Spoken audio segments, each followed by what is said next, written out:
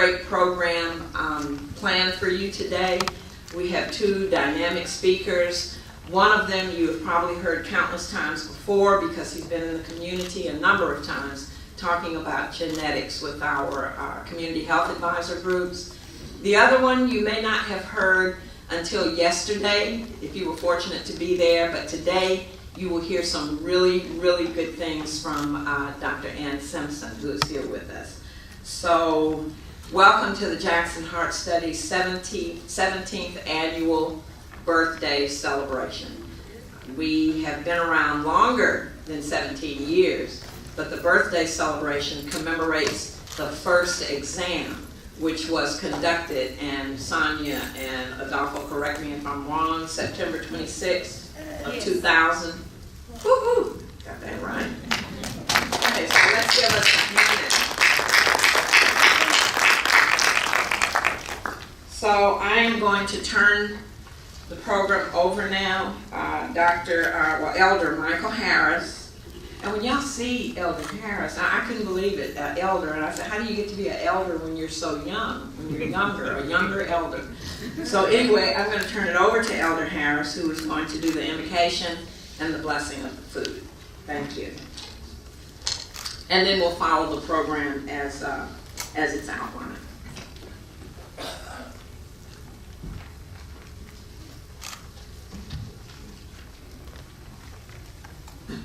Good morning. Good morning. Let us pray. Almighty Creator, we gather here this morning with a particular emphasis in mind. We are here celebrating 17 years of excellence and service with integrity through the research of the Jackson Heart Study. And right now, Lord, we're not just grateful for the study as a whole. We're grateful for all the members and individuals who have given their time, their talent, and their treasures to this cause. We're grateful, Lord, for all that they have done. And Lord, we ask that you continue to endow them and bestow them with the courage and commitment that they have demonstrated thus far. Keep them strong, O Lord, and bless this occasion, all of our fellowship, the food that has been prepared for us as we continue in life, love, and community. In your holy and precious name we pray. Amen. Amen.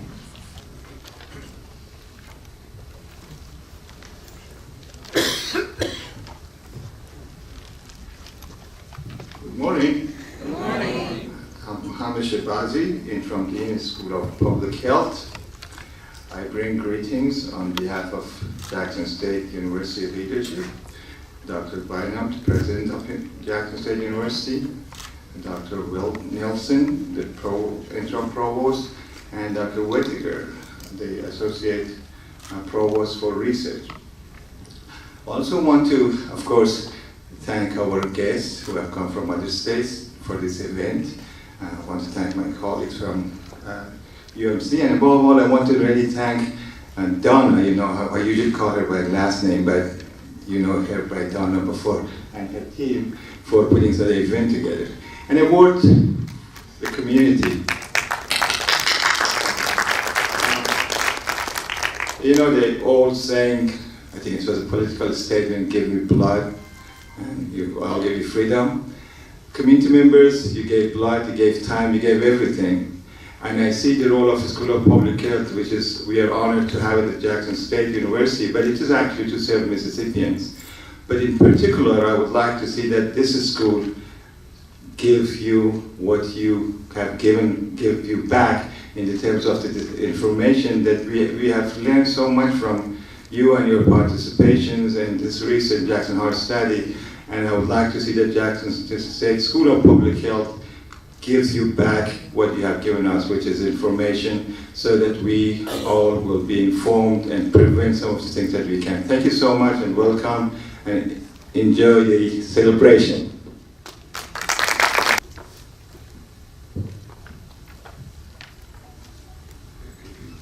Good morning. Good morning. You can do better than that, Jacksonians. Good morning. Good morning. I'm Dr. Safia Omari, and I have the distinct pleasure of bringing greetings to you on behalf of our Mayor, Chokwe Antar Lumumba. I feel like I came home though, because I just left Jackson State in July. Okay. I was an associate professor of social work and public health. So the work of the Jackson Heart Study has been very close to me. They've done an excellent job in providing information that can further the health and well-being of African Americans in an area that is truly one great health disparity. The mayor is actually doing a TED Talk this morning. Otherwise, he wanted to be here. And the reason he wanted to be here is he has 5 initiatives for the city of Jackson. And I don't have my notes in front of me, so I may not be able to give you all 5. But I know that one of them is to create an environment that promotes the health of our citizens. He wants Jackson, Mississippi to become the healthiest city in the nation.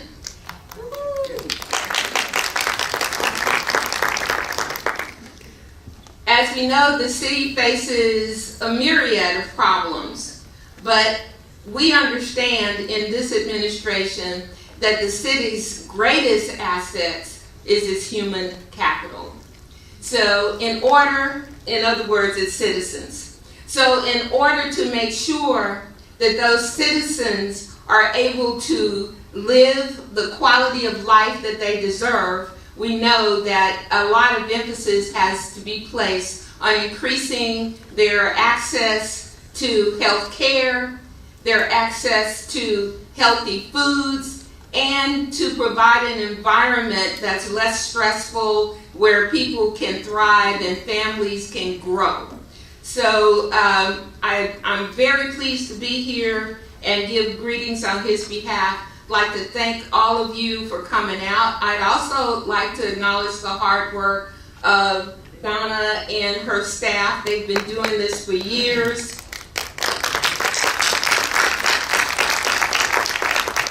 And also the hard work and the scholarship of all of the participants within the Jackson Heart Study. So thank you once again. I know there's going to be a lot of valuable information shared, and if you see me step out, it's not because I'm not interested, it's because I have somewhere else to be at 10:30. Thank you.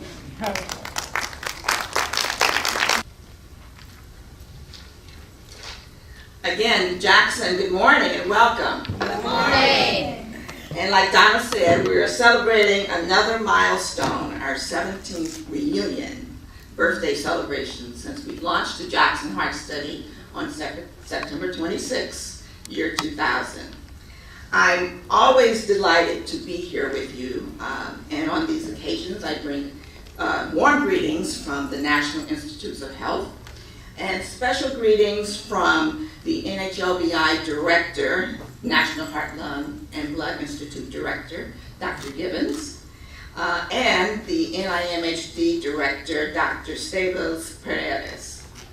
And also joining me today from NIH, we have Dr. Regina James, who is the Director of NIMHD Office of Clinical and Health Services Research, one of the co-sponsors for the Jackson Heart Study, NIMHD, and also Dr. Lenora Johnson, who works in the Director's Office. She is the Director of the NHLBI Office of Science Policy, Engagement, Education, and Communications. I don't know if everyone can see you. If you can raise your hand or stand up, that would be good.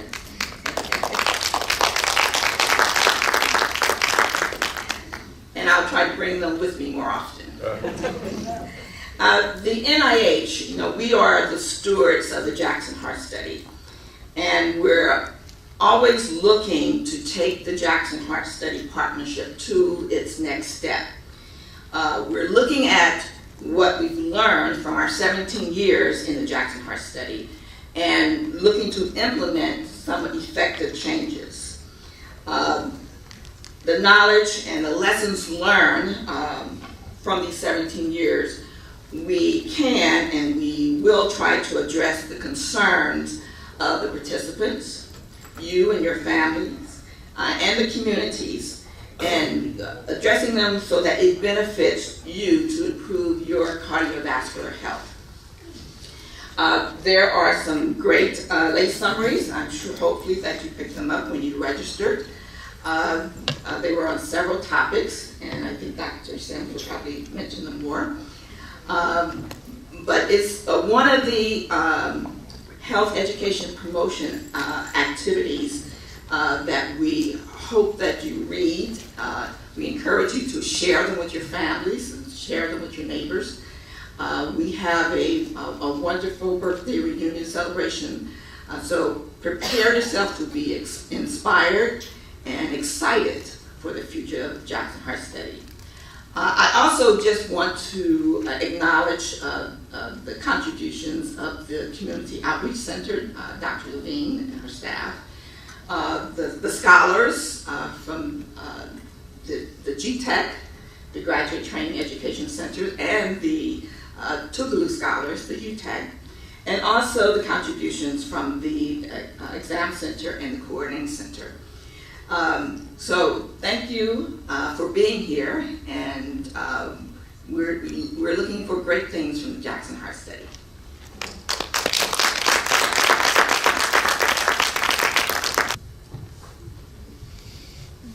So good morning, good morning. Good morning. So my name is, as Cheryl mentioned, Dr. Regina James. I'm from the National Institute of Minority Health and Health Disparities. And as you know, NIMHD has been in partnership with the National Heart, Lung, and Blood Institute on this journey with the Jackson Heart Study since its inception. So we have been in the background. We have definitely been an active partner. And I'm very, very excited to be here today to bring greetings from our Institute Director, Dr. Eliseo Perez-Estable, who will actually be here in Jackson next week, I think to visit Jackson State University. We actually have a grant there at that institution. So again, I'm very excited to be here. I thank the Planning Committee for inviting me. We really look forward to continue the journey on this very important study. At NIMHD, our mission is really centered around participant engagement and community engagement, and it's specifically focused on research efforts for minority populations and health disparity populations. So we are definitely a natural partner in this endeavor. And again, thank you for welcoming me to Jackson, and I look forward to the rest of the program today. Thank you.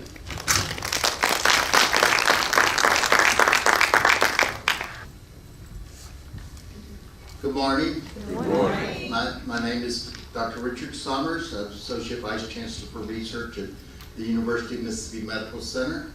And I want to bring you greetings from the University of Mississippi Medical Center, where we are extremely proud to be a collaborative part of the Jackson Heart Study for all these years.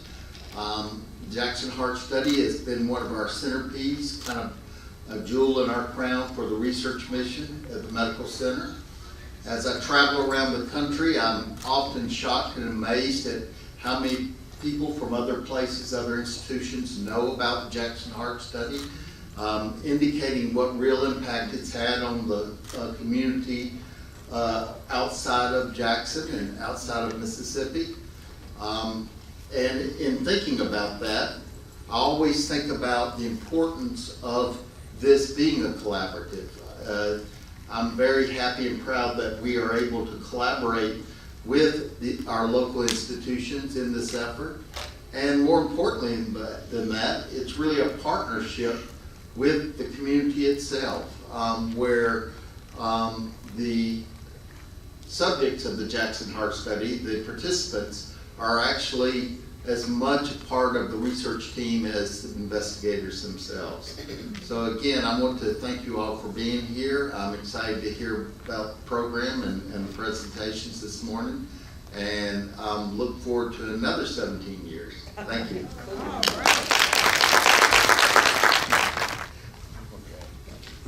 Good morning, everybody. And, Good morning.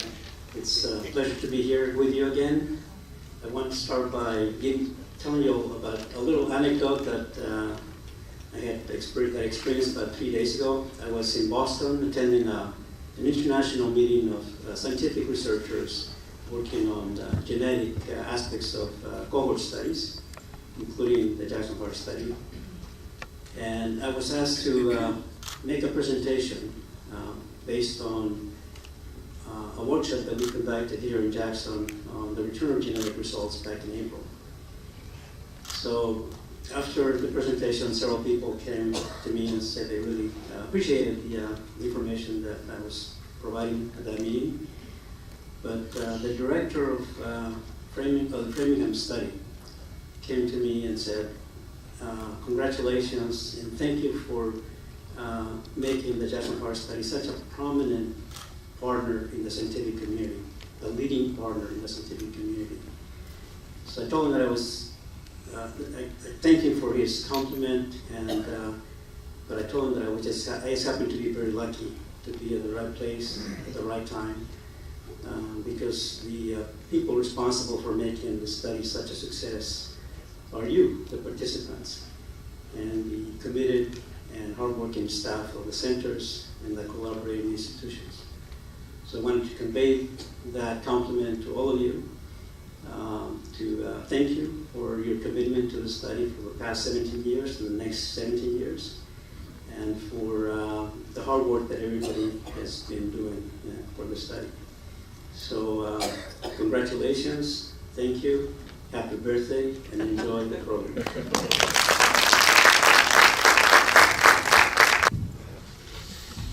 Good morning, everyone. Good morning. Say happy birthday, Jackson Heart Study. Thank Dr. Antoine Levine and her team for assembling this birthday celebration. I'm Mario Sims, the Chief Science Officer for the Jackson Heart Study. And so the TRIP Committee, which is the Translating Research into Practice and Prevention Subcommittee, has been translating abstracts of key scientific findings published in the literature into lay summaries for the community. And in these lay summaries are for purposes of dissemination to our participants and the community in general, but eventually partners like healthcare providers and other community partners. We created 4 lay summaries that are out on the table, so I hope you've had a chance to grab them and read them, digest them, and just know what we're doing in the Jackson Heart Study, and that more are to come in different areas of study, such as genetics, heart failure, just a ton of other studies that will get out to you. So the JHS participants have willingly participated in the study, so we do thank you as well. And so a summary of some of the findings include that JHS participants who live in rural versus urban communities or neighborhoods had more active lifestyles. For example, participated in things like daily walking and other forms of physical exercise. Another highlight includes JHS participants with both diabetes and CKD have a greater chance of having a stroke, getting heart disease, as well as dying from heart disease.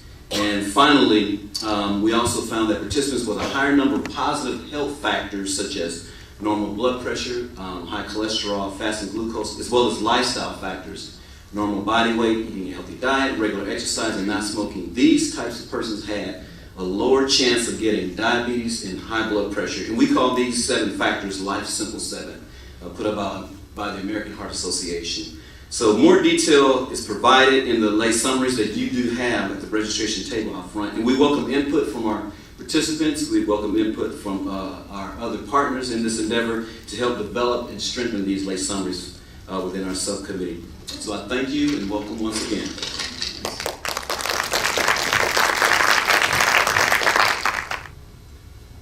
Good morning. Good morning. My name is Karen Ellis, and I'm a second-year medical student at the University of Mississippi Medical Center.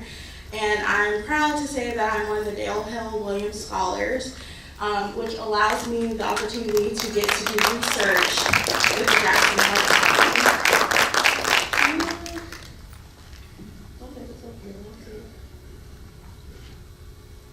Oh, yeah, sorry. Awesome. And so one of the, thank you. One of the great things about being able to be a Dale Hill Williams Scholar this past year has given me the confidence and the the wherewithal to apply for things that I probably wouldn't have applied for otherwise. And so this summer, I got the opportunity to do a fellowship with the NIDDK at the University of Colorado. And the Jackson Heart Study was great to let me go for the summer. And so I'm going to present a little bit about what I did this summer, and it's not directly related to the Jackson Heart Study, but the skills that I've been able to obtain from being a part of the Jackson Heart Study were absolutely essential in me being able to do this work. And I also have learned a lot from my summer, and I'm going to be able to take those skills that I've learned and be able to translate them into the projects that I'm working on with the Jackson Heart Study. So I was working with pediatric endocrinologists, and we were looking at type 2 diabetes in adolescents. This is a growing problem, and we're expected that about 80,000 kids by the year 2020 will have type 2 diabetes. And depression is a known comorbidity of diabetes, and about 15% of youth have been shown to have depression with type 2 diabetes. And so when these people, these kids have depression, they're known to have poor adherence to their treatment recommendations. They're not taking their medications like they're supposed to. They're not checking their blood sugars like they're supposed to. And then they end up with poor outcomes. And so the American Diabetes Association, as well as the American Academy of Pediatrics, has asked clinicians to make sure that they're screening their patients for depression. And so we worked on a quality improvement project to look at our clinics and see how often our kids were getting screened for depression, and then to come up with a plan to improve the rates of depression screenings. And so we used a quality improvement approach called the DMAIC. It's the Define, Measure, Analyze, Improve, and Control. And so our aim was to standardize and improve the documentation of depression screenings at our clinic. And so we looked at the charts, and we looked at our patients who had type 2 diabetes, and so we were able to look and see how many of them were actually getting screened. And then once we found that, we were looking to see, well, what were the barriers? What were stopping people from getting screened? And so then we came up with a plan in order to improve the rates of screening. Let's see.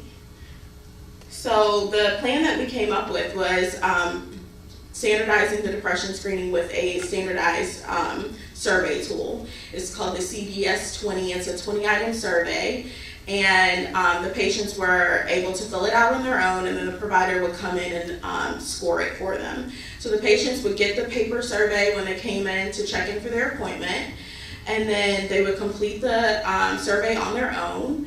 And then after, when the provider came in the room, they would review the results of the patient, and then later a nurse or NP would input the results in their EMR. And so our first cycle, we saw that screening for depression wasn't standardized.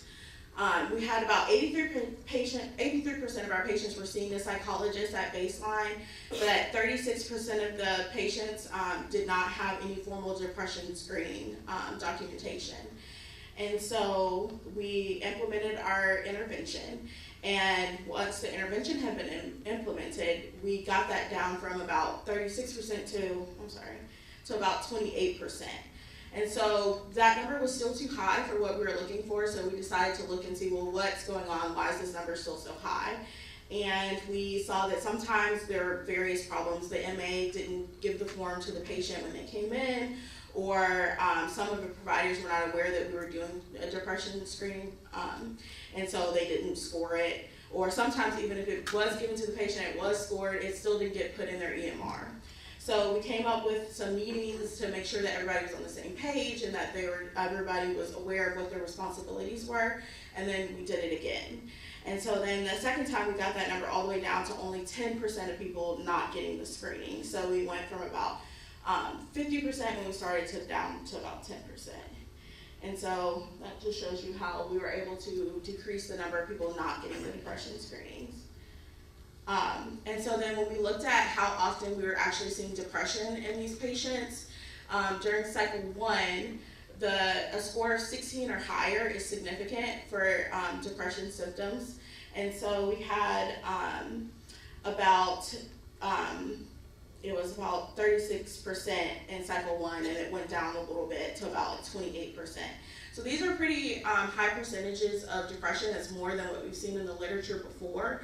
And so it just goes to show that we need to make sure that we're actually screening these kids for depression and make sure we're intervening early so that they don't end up with poor outcomes. When we looked at just the characteristic, our average age of the kids were about 17. Their A1Cs were about 8.3, 8.6.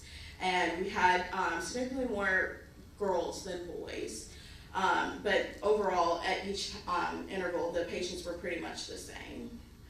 And so after doing this, we decided that future studies, looking at follow-up care and making sure patients are, once they get their referrals, they're actually attending their referrals to see the psychologist and getting the mental health care that they need are warranted. And so that's just my acknowledgments. And I really just had an amazing summer. I'm so thankful to the Jackson Heart Study for allowing me to be able to go and helping me get the confidence to be able to do that.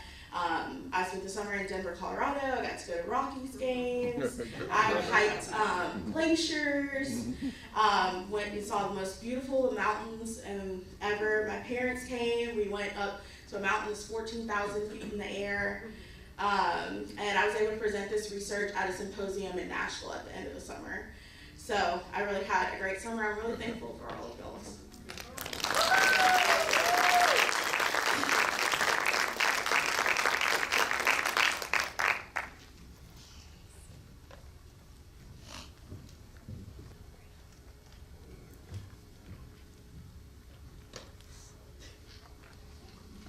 Can we give all of our speakers just now, the greeters, the speakers, especially our Daniel Hill Williams Scholar, Taryn, a really good It sounds like you had a really, really good summer, really good summer.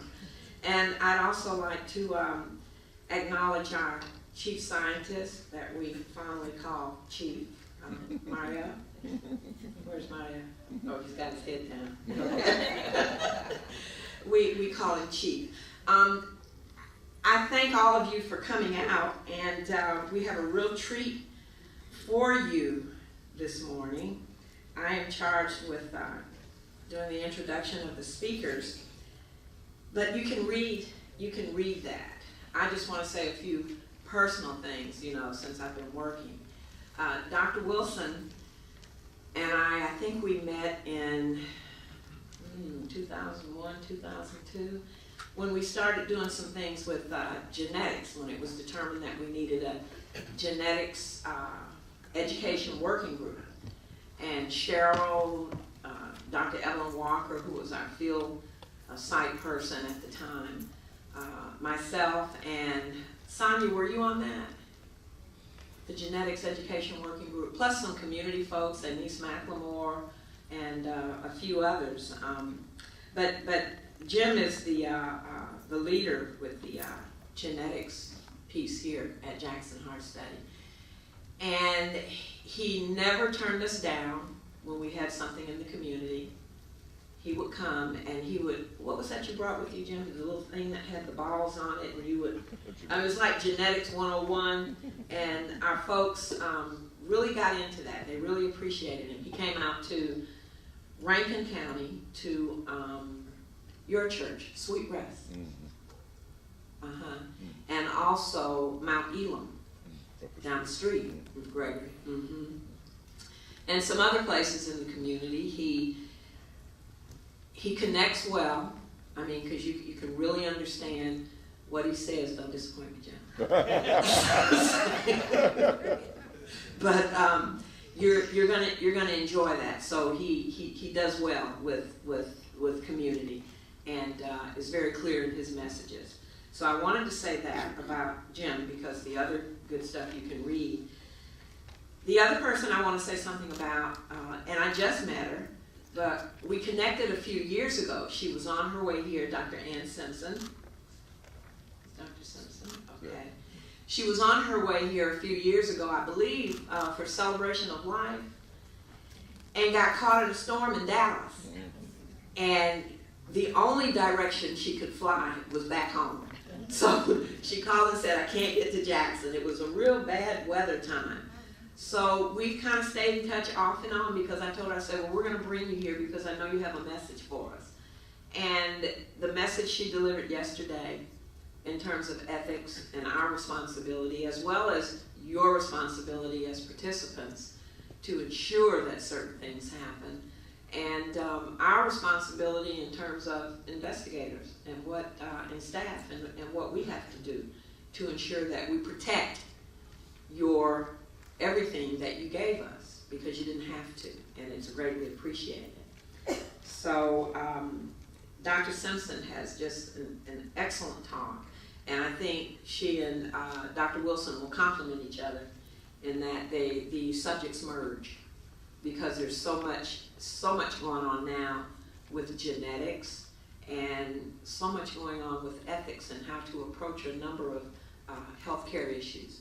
So sit back, relax, and enjoy the conversations with both. Sometimes it could be dry, but I think that the principles are sufficiently important that we really need to give some thought.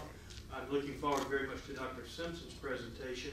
I think that our presentations are sufficiently parallel that we would do well to leave questions for the two of us to handle after Dr. Simpson's talk. For one thing, Donna knows I can talk all day, and so I want to leave plenty of time for Dr. Simpson's talk. So that's how we'll proceed. I was looking at the program this morning, and I realized I need to update my photograph. But that's the way I used to look about the time Donna and I got to know each other. So, anyway, this is me, and we'll be talking about the safeguards and implications of sharing genetic data. As you've already heard, the Jackson Heart Study has become one of the premier epidemiologic studies on Earth, and certainly that applies to the genetics component of it.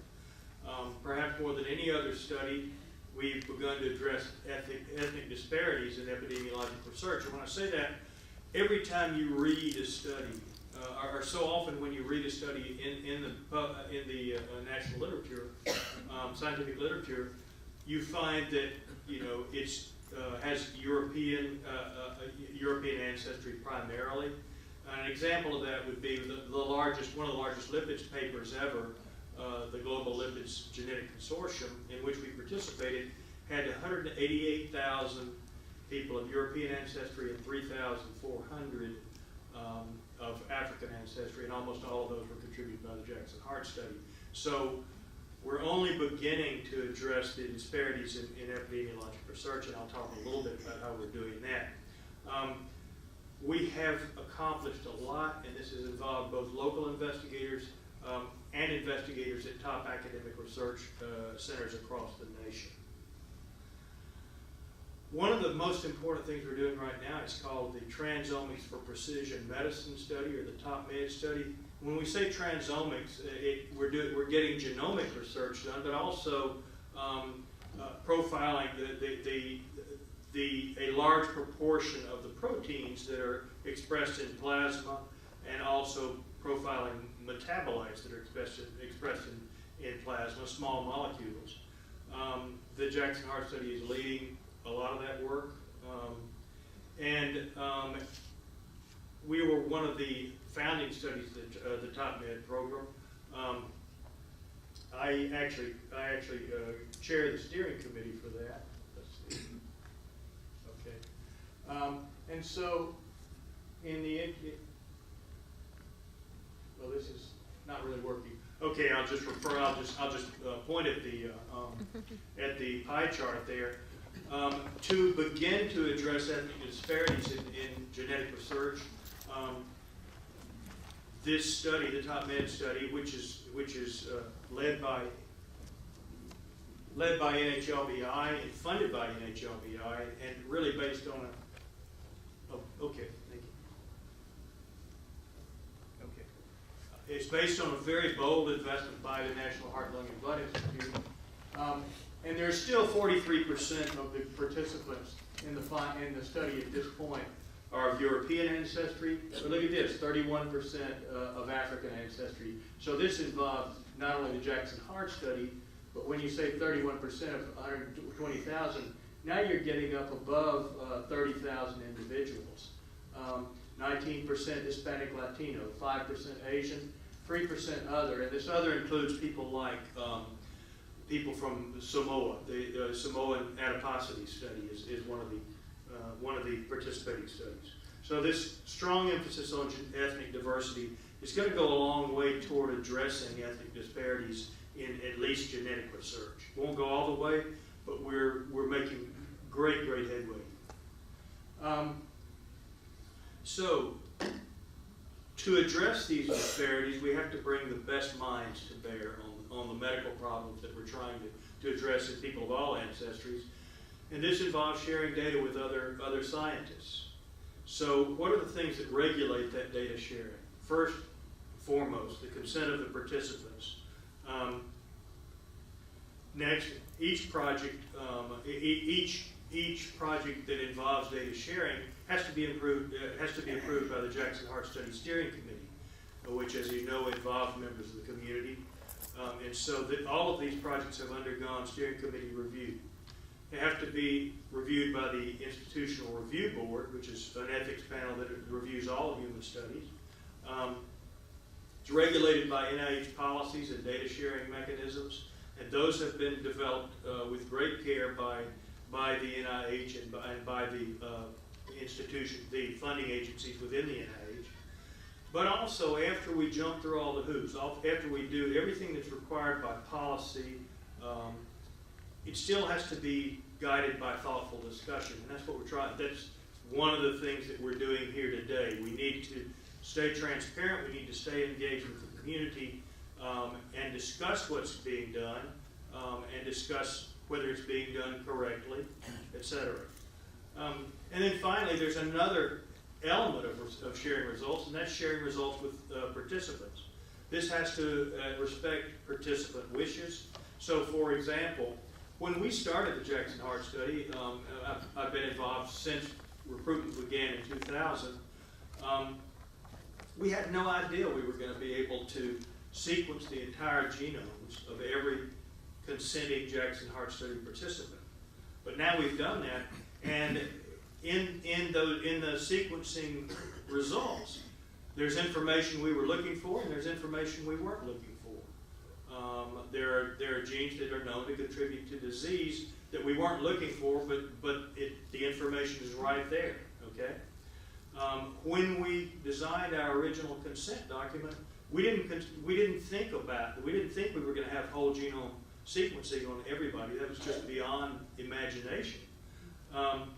So we didn't consent people to receive that information back. We didn't say, if we find something scary in your genetics, do you want to know about it? So we don't know what each individual's wishes are about receiving that information.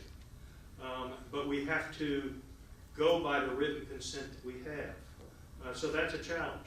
And there's a potential for good in returning results to somebody, because maybe it could lead them to have more frequent colon cancer screening.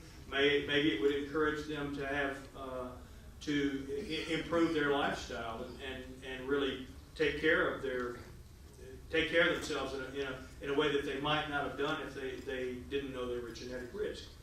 So that's potential for good. What about potential for harm? We can scare somebody to death. You tell somebody that they have a gene that doubles their risk of getting a certain cancer. Well, that doubling may be from a 1% chance to a 2% chance, but it's still terrifying to hear that you've doubled your likelihood of getting a certain cancer. And also, there's a difference between diseases you can do something about, like colon cancer screening, and diseases you can't do anything about, or that we can't do anything about yet. Like the classic example is Huntington's disease, which is a neurologic disease. It's a terrible, progressive neurologic disease that is dominantly inherited, but that we can't do anything about. And so finding out that you have that sort of disease is a big decision, all right? And it can have a big effect on your life.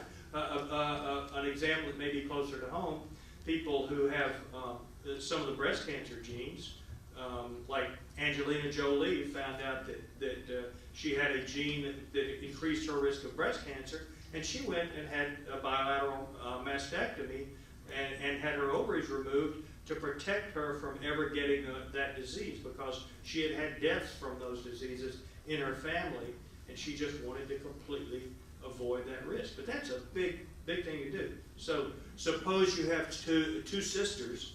They have a high incidence of cancer in their family, and one of them wants to know if she's at risk and the other one doesn't.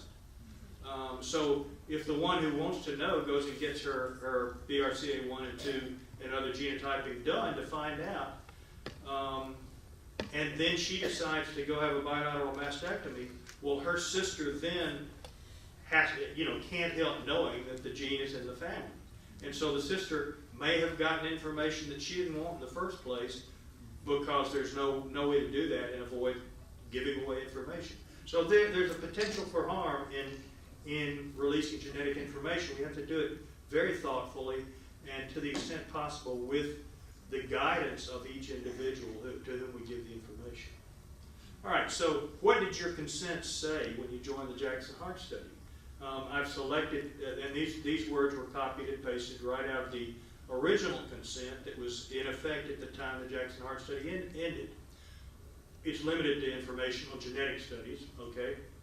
So our genetic studies are limited to people who gave their consent to participate in the genetic inheritance/DNA studies and to provide a blood sample from which DNA will be extracted. People could limit study to diseases listed here: blood pressure, heart, other cardiovascular disease, obesity, diabetes, kidney disease, or lung disease, and risk factors for those diseases. And risk factors actually expands the potential area of research quite a lot. Or people could say, do research on any disease. You know, I want to make all diseases, give everybody a better chance of doing better with their diseases. All right, so the next decision for people to make, and this was actually a menu that people could check yes or no for each of these, whether genetic data and samples could be released for research by not only by Jackson Heart Study investigators. If you joined the project and gave consent for genetic research, that indicated that you were allowing Jackson Heart Study investigators to do it, but also other researchers not collaborating with the Jackson Heart Study investigators who meet Jackson Heart Study standards. All right, and then also researchers from private or nonprofit organizations who want to develop diagnostic laboratory tests and medications. So what are the safeguards? Only de-identified data can be shared. So there are 16 identifiers that were named by the Health Insurance Portability and Accountability Act, HIPAA. And none of those can be in the shared data. Those are things like name, address, phone number, birthday, etc. The links between the identifiers, those 16 identifiers, and your Jackson Heart Study ID number are maintained on a secure, password-protected computer at the Jackson Heart Study site. There's strong computer protection, strong passwords. For that particular computer, it's isolated in what's called a FISMA bubble, which is an acronym for another law, Federal Information Security Management Act. So they're in a FISMA bubble that does not connect to the outside internet. So that prevents hacking of that computer, all right? Data accessed by an approved investigator at another institution, say, well, Jackson State is an insider, okay, but if you look, or UMC is an insider, Tula is an insider, but if you look at other institutions like Washington University in St. Louis or another major university, it has to be approved by their IRB before they can access the data. The data are released in accordance with the consent of each study participant. So those points I just went through about which diseases can be done, which investigators, et cetera, are honored. And then finally, the Jackson Heart Study has a certificate of confidentiality. Okay, and this is an important thing. It's an agreement with the Department of Health and Human Services that says even if a court of law makes a decision that you can breach that confidentiality of the individual's identity, you are not bound by that court decision. And I don't know that that has ever been tested in the highest courts. I don't think it has, but so far nobody has messed with that certificate of confidentiality. So it's very important. All right. What about sharing data with participants? Because, you know, if I had my genetic data done, I'd want to know it. There are lots of things about it I'd want to know. Potential for good, once we talked about preventive strategies, you know, living better, guidance to improve your health behaviors, and also in extreme cases, like if we had information on somebody with Huntington's disease, people might want to have that information to make decisions about being parents, you know. They may love little children, but may decide it's better to adopt than to have their own children. These are important decisions. Potential for harm, we've talked about emotional distress. Also, if you get a result from a research study, it needs to be confirmed in a clinical laboratory. The Jackson Heart Study doesn't have the resources to pay for that confirmatory testing or for any follow-up care that may result from it. There's a very small potential for error. You may get may be told a result that after careful review turns out not to be true. We don't make a lot of mistakes in the Jackson Heart Study. The data, the genetic data, have been through extensively rigorous adjudication and review and cleaning, etc. So it's very unlikely you'd get an erroneous result, but it could happen. You can't. Perfection is not possible. And then genetic discrimination. This is something that right now we don't have to worry about as much because we have the Affordable Care Act.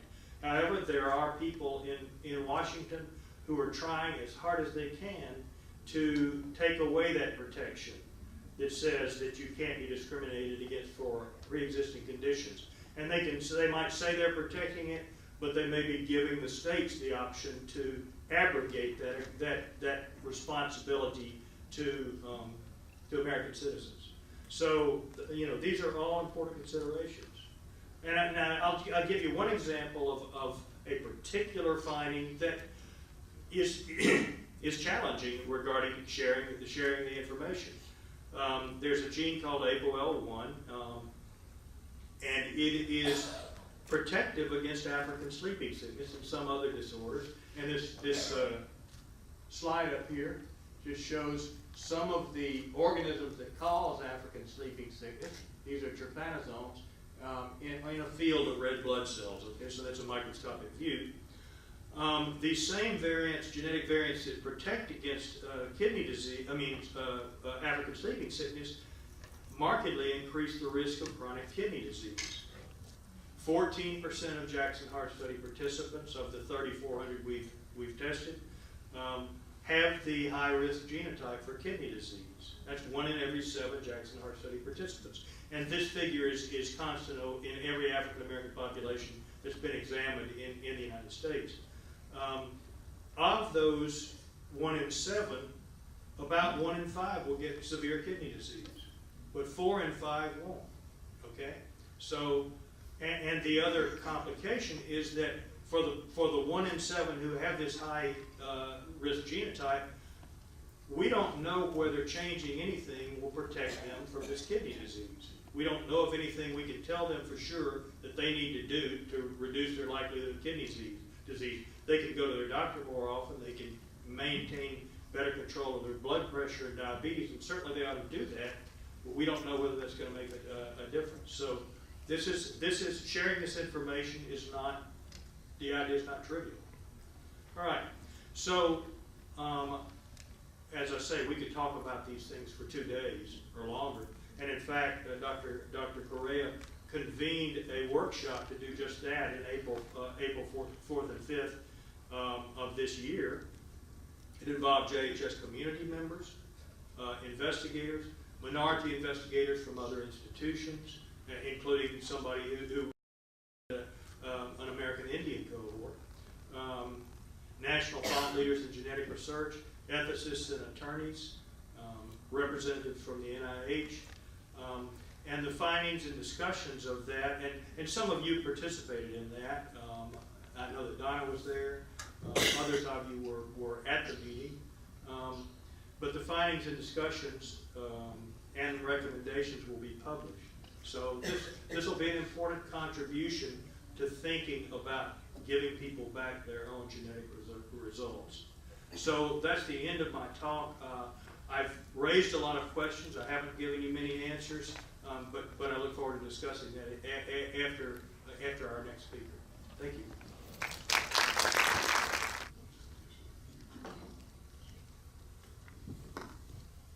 Good morning, everyone. Good morning. My name is Ann Simpson, and the first thing that I want to do is to thank Dr. Anton Levine for inviting me here, but I also want to thank all of you Jackson Heart Study participants, because what you are doing is really bringing knowledge to me, my family, so that we can promote good health and well-being for ourselves. So thank you, I really appreciate it. And I also want to tell you a little bit about my presentation before I get started. So the title is Please Make Informed Decisions.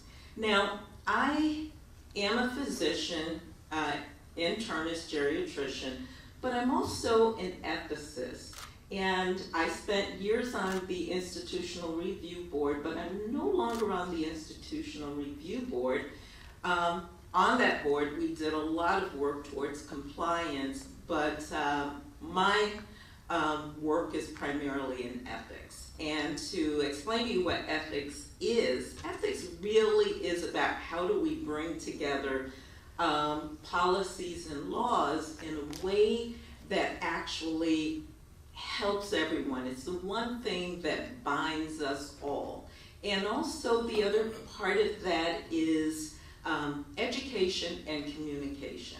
So I get a lot of calls for ethics consultations. They can be from patients, participants, and investigators, physicians, and nurses. And the biggest issue that I find is difficulty with communication. So that is what this talk is about. And so the informed piece of informed decision making is truly about the communication, the education, the understanding. And that is critical for all of us. We really do need to participate with each other, whether it's with research investigation or it's the communication between patients and their providers. So the voluntary scent of the human subject is absolutely essential, and that is from the Nuremberg Code in 1947.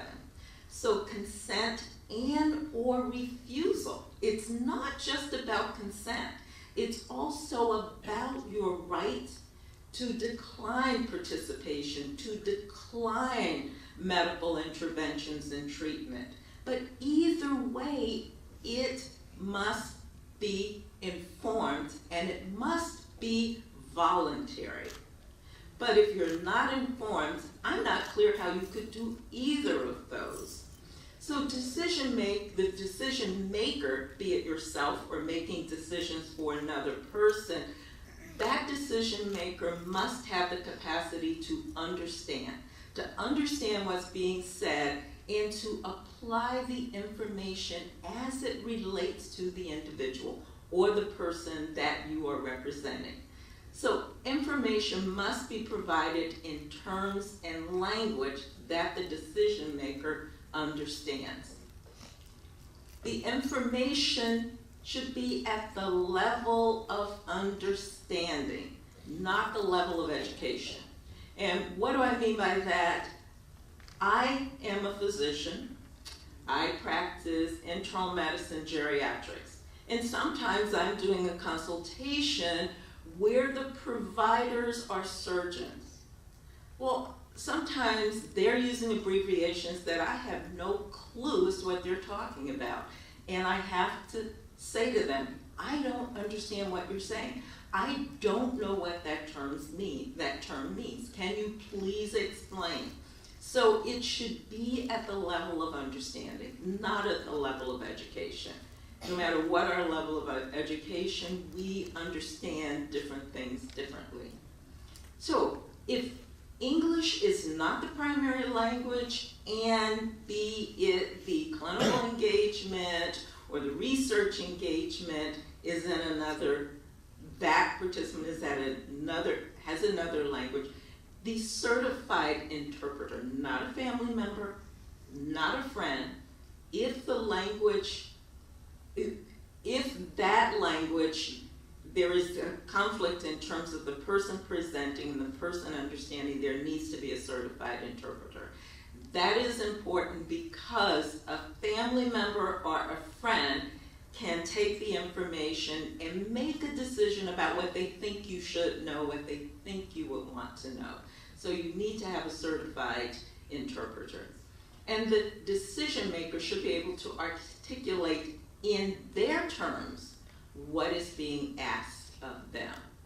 So be it the individual or someone speaking for them, they should be able to take that information and turn it back around and tell the other person what it is they think they heard and understand.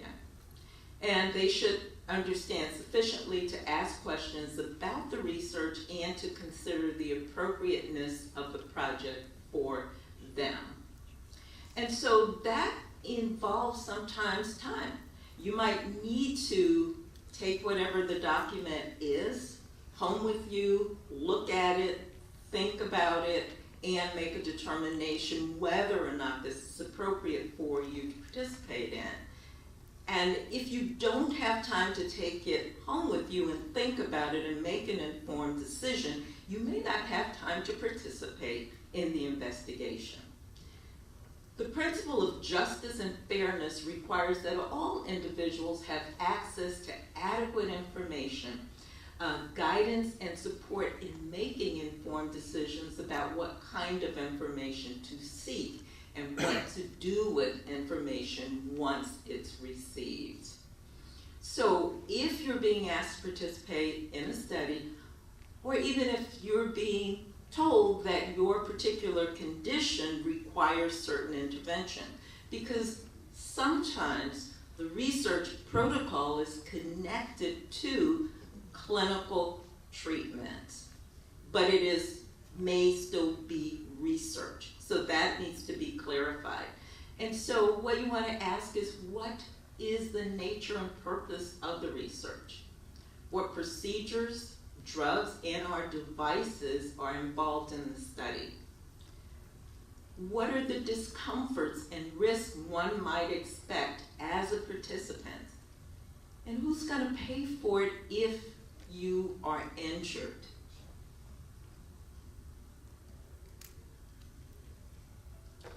And so, should participants expect direct benefit as a result of being in a study? If so, what would those benefits be?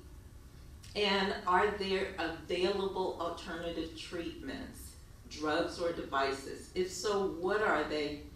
And what might be their potential risks and benefits? After completion of the research, what will happen with my treatment? How much time does one need to consider the issue and maybe even discuss with others? So that's up to the participant, the amount of time that you will need to participate. Those have been some of the biggest issues that I have encountered. I we have a lot of investigators. I live in New Mexico, and many of our investigators work with various tribal communities. Within New Mexico, we have 19 different Pueblo communities. Then we've got Navajos, and we've got a couple of different Apache communities. So each community is quite different, and investigators may be working in a particular community or even several of those. But what happens oftentimes is the information that the investigator believes they shared with the community prior to the research, they may not have been clear on what was going on, because they're into the research and they're coming to me and they're saying, but this is what the community is asking me now. But that is not part of the project. So my first thing is, how did you inform them? How well were they informed? Did they clearly understand? Did you ask them questions to ascertain their level of understanding? Because that's really important for anyone who is participating in a research program. So this is about any research, any medical treatment, and also when you look at genetic studies, this applies. Now, in 1999, a young man, Jesse Gelsinger, who was 18 years old, participated in a research study. It was a genetic study. He was someone who had a very rare genetic disorder, and it was called carnitine transcarbamylase deficiency. And this was something that the enzyme deficiency he had did not allow his body to clear the nitrogens as it should. And so he was 18, he'd been doing very well. His diet, he followed an appropriate diet as well as was receiving medication. And so he was asked to participate in a genetic study. And his family was right on board with him participating in this genetic study. So the genetic study there involved taking the genetic material, putting it on a vector, which is a transport vehicle. In this case, it was a virus, and injecting it, hoping to correct his deficiency. So the investigators thought they were doing a very good thing, and he thought, well, maybe I'll try this. His family was supportive. But what happened was, a few days afterwards, he died. He became sick, he died. The problem was not so much that he was doing the research, the problem was that he had not been truly informed. It was later determined that, first of all, the research, the early stages of the research with animal models, an animal had died, and with human studies, several humans had had untoward events. They have been harmed, but no one shared that with Jesse and his family. And nor did they probably appreciate the need to ask the question. So you don't know what questions or information you might need to know, but you need to think about it. Think about, what does this mean to me? What do I need to know about my participation? Including, what do things you need to know in terms of your health care? If there are particular treatments that you're being offered, what do I need to know about it? What are the benefits, potential benefits? What are the potential risks and harms? So in genetic studies, we need access to biospecimens, and that's important for genetic and genomic research. And it's important for all of us. We all benefit from it. It's important, though, to understand the genetic variations, its association, and common and complex conditions. And in fact, Dr. Wilson mentioned a particular condition, but that's how you find out about these things, by participating in genetic studies. But it is also quite useful when it is linked to clinical data and information about particular populations and particular individuals. Your genetic study, along with your clinical information, is quite helpful in terms of making determinations about what may or may not be going on. And cell lines are also made so that specimens can be studied indefinitely. But for some people, it's important to know whether or not their information is going to be used as part of the cell line. And because the resulting DNA data that they will get from that will be broadly shared. In 1976, John Moore in California was a patient at UCLA, was diagnosed with leukemia. And so he agreed to participate in a research study. And he had a very enlarged spleen. He underwent surgery. And he also signed a consent form stating that UCLA, with this spleen that they removed and other material, that they could destroy it, that it would be cremated. And that's what he thought had happened. So he followed up with his oncologist at UCLA over time. And he had, in the beginning, consented to be a part, to participate in his treatment. And then in 1983, he had left UCLA at this point, but had been going back for follow-up studies. During those follow-up studies, they were collecting samples of blood and urine and semen, and he sort of thought at one point, I can't keep going from Washington State, where he had moved back down to UCLA. So he asked if his treatment could be transferred to a physician in Seattle. But the doc down in UCLA said, oh no, we'll pay for everything. So they paid for his airline travel and put him up at a very fancy hotel. And so he came, but he became quite suspicious when they asked him to sign another consent form granting UCLA sole custody to whatever they developed from his genetic material. He became suspicious, hired a lawyer. That's when he recognized that a cell line had been created from his genetic material. But he didn't know that at the time.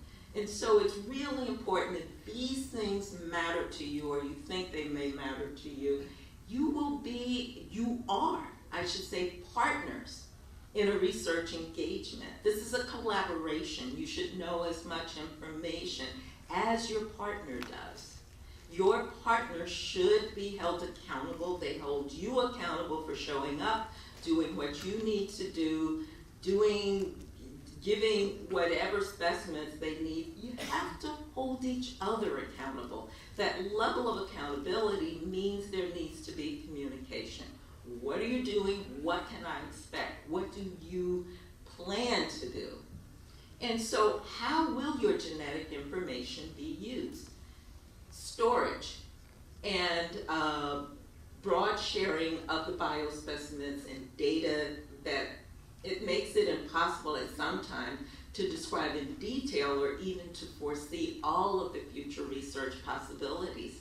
But you can at least talk about what those may be, because the investigators in this day and age likely have no clue as to what's going to come down the road. They have some ideas, but things are moving so fast and furious with all of the technology, they won't probably be able to give you specific answers, because young people in the audience are going to be the ones who are going to be coming up with different types of treatments, different knowledge.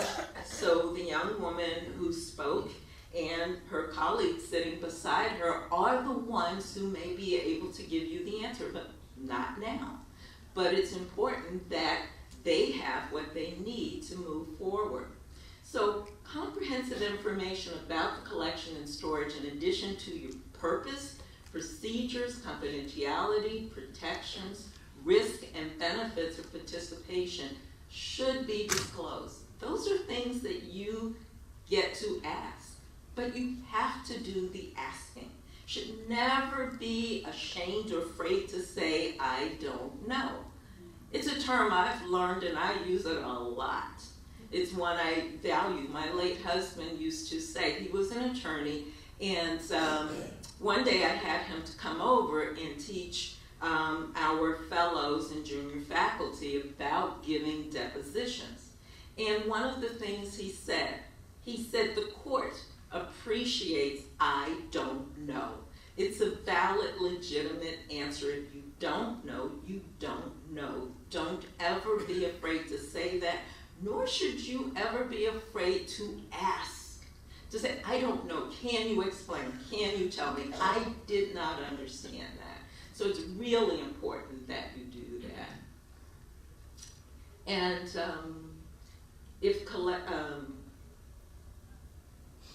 also one of the things you might want to ask, to get some description of the underlying genomic science of a disease condition expected to be studied with your specimen, and the goals and expectations of the project, because all of us learn in different ways. There are different mechanisms. So perhaps sometimes you are given a form and you're reading it and you don't quite understand it, because many of us, we read words and they're kind of confusing. So you might want to even ask them to draw a picture.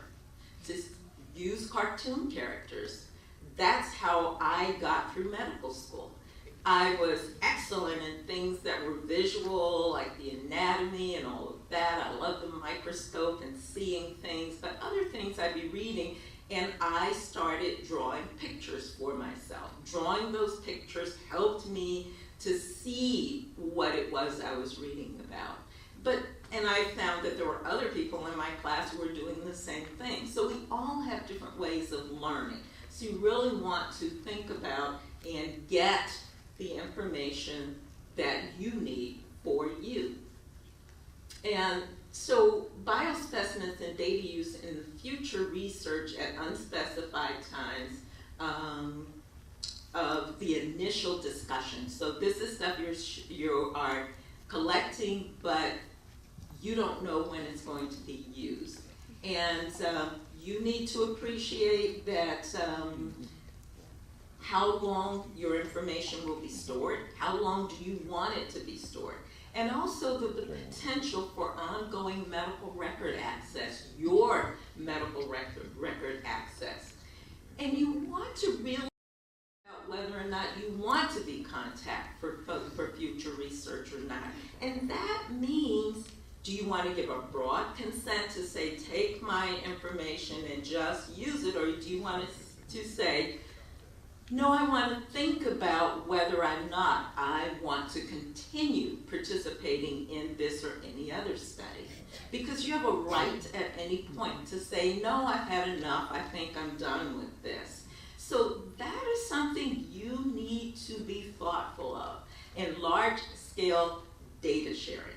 Again, research is really valuable, and your participation is valuable, but as a partner, you get to say when and how long you want to participate. You also get to ask questions to understand your level of participation. So that is really important, not just for the general community, but for the investigators and those people who are the co-investigators in terms of providing the materials, the information for the knowledge. Because medicine does not move forward without the acquisition of new knowledge and skills. And that's what you are all contributing to. So you really need to be thoughtful about what that means to you. And you also might want to ask, is there going to be development of commercial products with your material? It's important for you to know that. Think about confidentiality, privacy protections. Ask those things. You won't know if you don't ask. Also, access to individual and aggregate research results. And what I've been hearing from Dr. Sims is that you all are getting information back, which is wonderful. And to understand your ability to withdraw from the study at any point. And to understand what are the potential risks and benefits of your participation, be it genetic studies or other studies, because this is not just about you, it's about your family, it's about an entire community of people. And so, who will own your genetic information? That's a huge issue. Who's going to own it? So once you release it, who owns that? If something is developed, who will be the beneficiaries of it? So what are the costs or reimbursements associated with your participation? This is all important information. These are the kinds of things where people have not made that clear early on, and now they're in the middle of a project and communities are wanting to stop. So what else might you as an individual want to know? Not just about what people want to tell you, but what do you want to know? What matters to you? So actively engage in the process. Take the time to consider consenting or declining participation so that you can truly make an informed decision. Because if you don't have the information, your decision is not informed. So voluntary, don't be coerced by anyone. And when we think of coercion, we always think about investigators coercing people. It's not always that. It can also be friends, families urging you to do something. That is also coercion. So you need to make an independent, voluntary decision to participate or not participate in the study. And I hope I have another minute because I want to share this with you. This was in March, on March 17, 2017. And this is about the San people of Cape Town, South Africa. And the San people drafted a code of ethics for researchers. Scientists have studied the San people of Southern Africa for decades, intrigued by their age-old rituals and ancient genetic fingerprints. Now, after more than a century of being scrutinized by science, the San are demanding something back. Earlier this month, the group unveiled a code of ethics for researchers wishing to study their culture, genes, or heritage. The code, published on March 3rd, asks researchers to treat the San respectfully and refrain from publishing information that could be viewed as insulting, because such sensitivities may not be clear to researchers. The code asks that scientists let communities read and comment on findings before they are published. It also asks that researchers keep their promises and give something back to the community in return for its cooperation. We're not saying that everybody is bad, but you get those few individuals who don't respect the San, says Lena Snyders, head of the South Africa San Council in Uppington, which helped create the code. The San created the code because of past transgressions, including use of insulting language such as the term Bushman, using jargon when communicating with the San, failing to consult study communities about findings before publication, and approaching individuals before asking community leaders for permission. So they did a study in Nature, and they are working with the university there and the research ethics committees, and they feel that the research ethics committee is not enough. And so that is why the San people created their own code of ethics. And Snyder's also notes that despite all the interest from the scientists, the SAN have not benefited from their star research status. When a researcher comes, they enrich themselves of our culture and our knowledge, but our communities remain in poverty. Their daily life does not change. We want to change that, she says. Benefits to the community do not have to be monetary, but should be in the form of knowledge or education or job opportunities. Communicating research results back to the community is paramount, Snyder's adds. In order to avoid derogatory terms before somebody publishes anything, they need to discuss it with the community. Then the community can say, you don't understand, or that it's damaging. Researchers that flout the code will be backlashed. It comes to that. We will blacklisted. It comes to that. We will blacklist and close the doors and make sure you don't come back, Snyder said. And the SAN are not the first indigenous group to have imposed such codes. Aboriginal Australians, Canadians First Nation group. In addition, some of the tribal communities in the United States have also done the same. So use of data and other potentially stumbling blocks, the SAN refused to grant broad consent for other researchers to reuse data for purposes not specified in the original agreement. This restriction is not spelled out in the code, but is the position of the South African SAN Council, Snyder says. Should any other research institute want to use the data, they need to acquire informed consent from the council. So I cut some of that out, but I just thought that is something you might want to know. So that's it, thank you.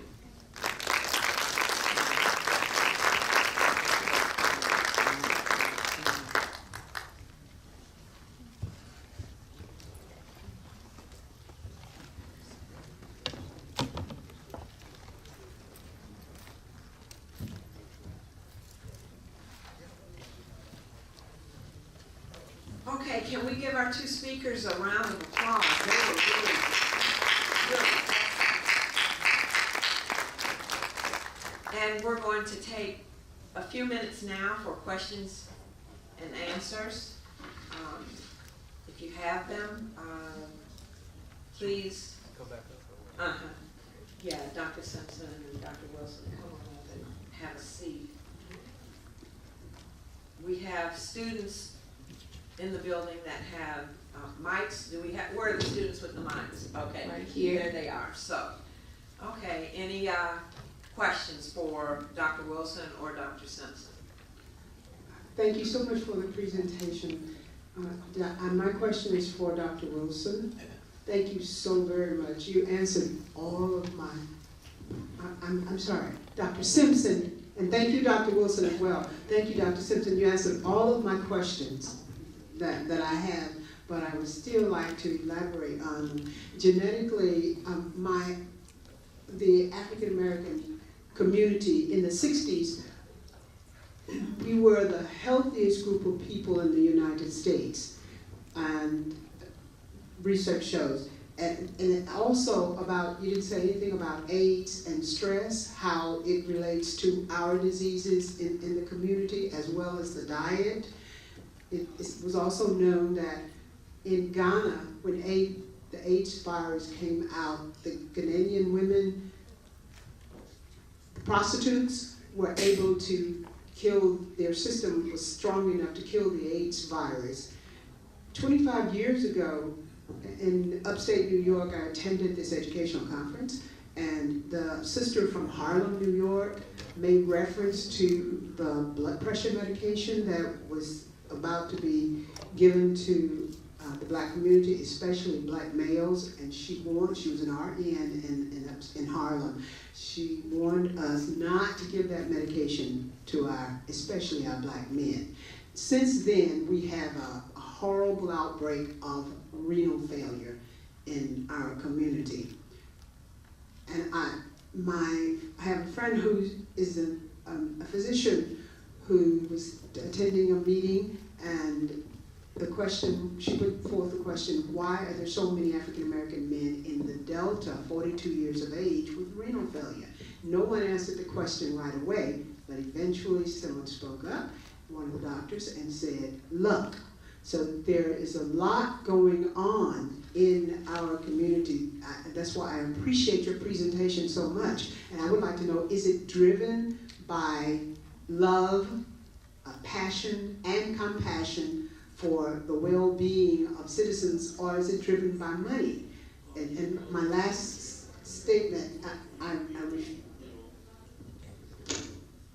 we should be, as you presented, we should be legitimately, we are legitimately critical or afraid of what research is all about. Because personally, I don't want anybody taking my blood to make themselves live longer. And no disrespect to the white community, but we know that the age, 52 years of age is about the minimum age now of the average white male. And the women are not having babies like they should because of the shape of the pelvic. There are a lot of things that are going on. We have a right to be suspicious, and we're accused of not participating in research, but we have legitimate fears. And I just want to thank you so much for your presentation, because most of this was alluded to in your, I saw in your, and I heard in your presentation. And if you would please address the renal failure, the dialysis that's going on in our community, the 89%. Thank you. Are you asking me to address the renal failure? Or are you asking Dr. Wilson? I'm not sure. Oh, okay. Well, I think renal failure has been an ongoing issue, but let me sort of frame it in a very different way. Renal failure is a result of a lot of things. And I think the biggest thing, and this has been known for well over 40 years, which is the social determinants of health and well-being, which have to do indirectly with your health care. And so a big part of that is education. So the less well-educated someone is, the less well they will be able to have a good living, to make money, to be able to support themselves, to live a healthy lifestyle. So things that happen that impact renal disease are multiple. As a physician, we learn diabetes certainly contributes. Any coronary artery disease, be it hypertension, contributes. There are also environmental factors that contribute. Also, weight, obesity is a huge contributor of renal disease. So there are lots of different factors. And when you look at people who are more well-educated, they tend to not have those things as often. They live in environments that tend to be safer, so they may not go to a health club, but maybe they're out walking because their environment is safe. They live in communities where they have access to a variety of food, so they might make healthier choices. Not everyone, but many people do. All of those kinds of things contribute. Cigarette smoking is a contributor, excess alcohol, but we all know that stress is a confounder there, because sometimes people smoke and drink as a result of stress. So it's not just one thing, and it's not very linear that you can say it's this thing and this is contributing. And also, we're hearing that there's some genetic components that may be mixed in with all of this, which is why we need research to try and, as they say, tease out how much is genetic and how much are other things. And so part of it is looking at, if we know that there are multiple contributors, what is it that we as individuals can control for ourselves, for our family, and for our community? So that's a roundabout way, because there is no, in my opinion, a direct answer to the question you asked. You're welcome.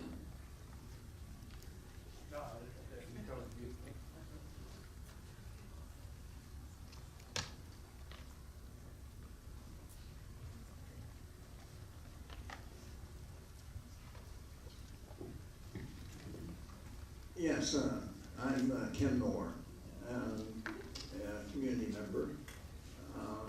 And one of the problems I have with the organization of the Jackson Heart Study is that we're inundated and always overrepresented by the medical class.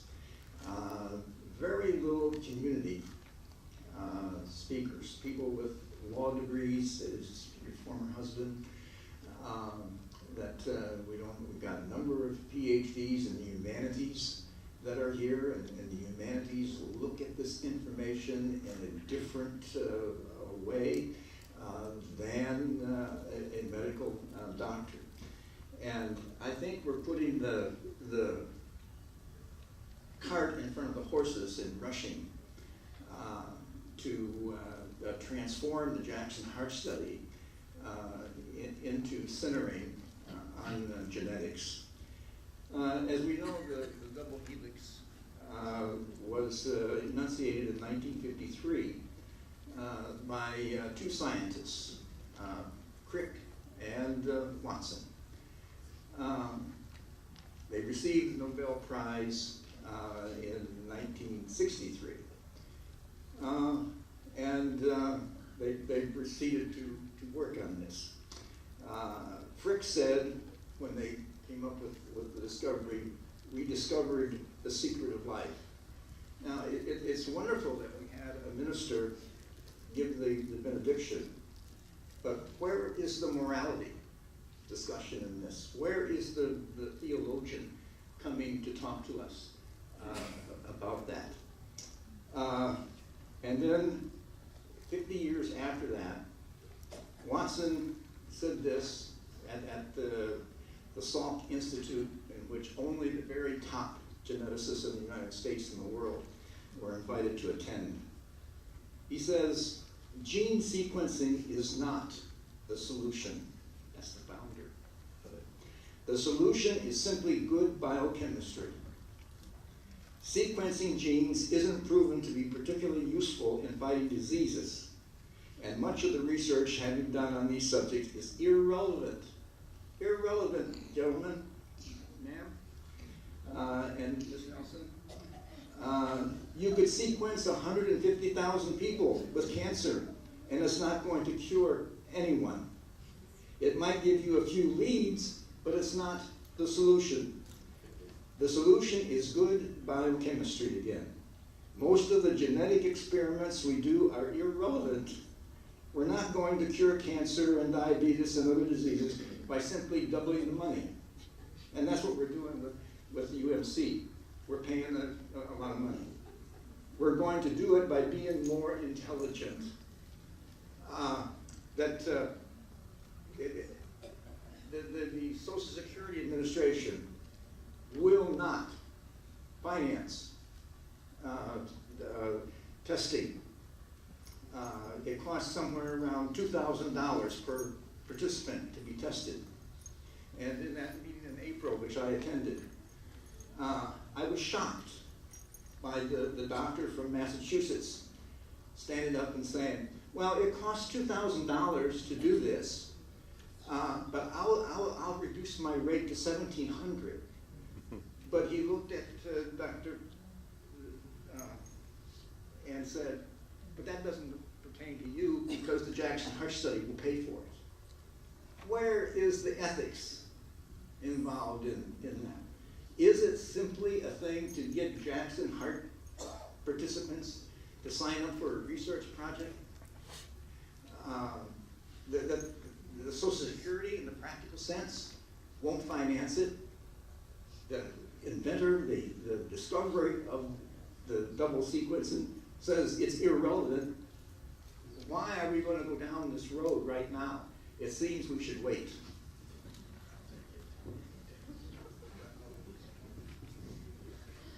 Okay, you asked a number of questions. Now, I cannot speak for what was said when I wasn't here. I did not hear it.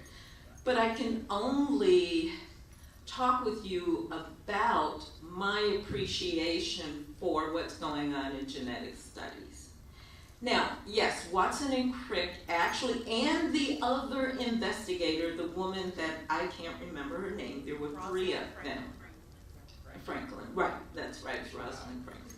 So anyway, yes, they did come up with the sequence, and what you're reading is that there was some idea that it's just biochemistry. Biochemistry is involved in a lot of things, including genetic studies. And when we think back to how many years ago, that was over 60 years ago. And all I can say is, personally, do not do genetic investigations, but have seen the results of the kinds of things that they are coming up with. And I think a large majority of the country, of the world, and these are collaborations internationally where people are doing this kind of work. Now, this research is going on. So the reason I gave the talk is because people need to think about whether they want to participate. Not that they're mandated to participate, but it is voluntary. And also, many participate because they do not want to be left out of the possibility of finding information about things that until now they can't change. For example, one of the diseases that impacts the Black community and other communities is sickle cell. That is a single gene abnormality. That is one of the things that can be, with correct technology, safety can be corrected.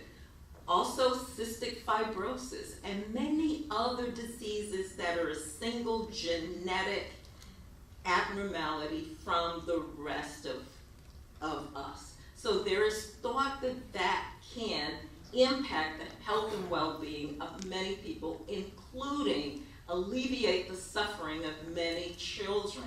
So this is an opportunity that people may or may not choose to take part in. So that's my take on it, and also I agree with you. We work a lot in ethics with humanities and religion. So I can't add much to that, except I would say this. You know, I love genetics. It's the most exciting thing I think about all day, every day. But it would be wrong to say that the Jackson Heart, maybe that says something about me, I don't know. But anyway, it would be wrong to say that the Jackson Heart study is just a genetic study.